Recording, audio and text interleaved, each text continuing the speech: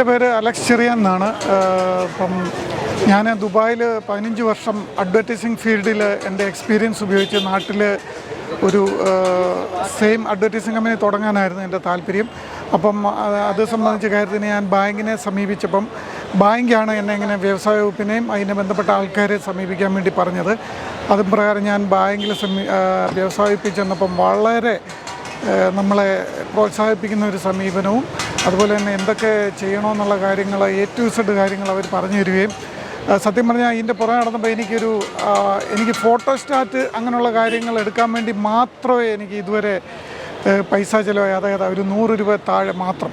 എൻ്റെ ഒരു cloth printing യൂണിറ്റാണ്, എരുമേലിലാണ്, മുക്കുട്ടറയിലാണ് ഞാൻ തുടങ്ങുന്നത്.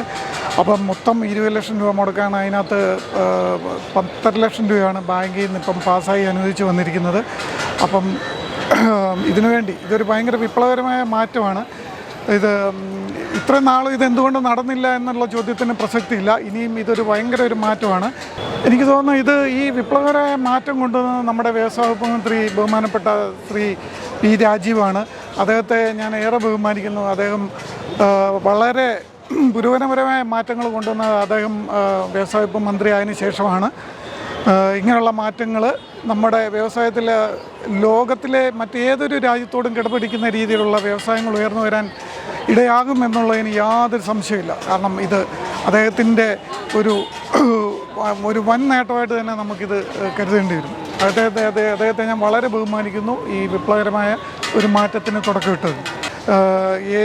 ആർക്കെങ്കിലും എന്തെങ്കിലും ഇതുപോലെ എന്തെങ്കിലും സംരംഭം തുടങ്ങാൻ താല്പര്യമുണ്ടെങ്കിൽ അവർ മുന്നോട്ട് വരണം. ഇപ്പോൾ സർക്കാരിൻ്റെ ഭാഗത്തു നിന്ന് ഭയങ്കര സപ്പോർട്ടാണ്. നമുക്ക് A to Z കാര്യങ്ങൾ അവർ പറഞ്ഞു തരും.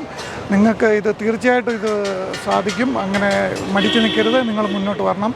എൻ്റെ ഈ കാര്യത്തിൽ ഭയങ്കര വിജയകരമായിട്ടുള്ള വളരെ പ്രതീക്ഷയോടുകൂടിയാണ് ഞാൻ ഇതിന് മുന്നോട്ട് പോകുന്നത്. സംരംഭം വളരെ വിജയകരമായിട്ട് മാറുമെന്നുള്ളതിന് യാതൊരു സംശയമില്ല. അതുപോലെ ഞാനീ പറഞ്ഞ പോലെ നിങ്ങൾക്ക് എന്തെങ്കിലും തുടങ്ങാൻ താല്പര്യമുണ്ടെങ്കിൽ തീർച്ചയായിട്ടും നിങ്ങൾ വ്യവസായ വകുപ്പ് ബന്ധപ്പെട്ട ആൾക്കാരെ സമീപിക്കുക. തീർച്ചയായിട്ടും അത് നടക്കും.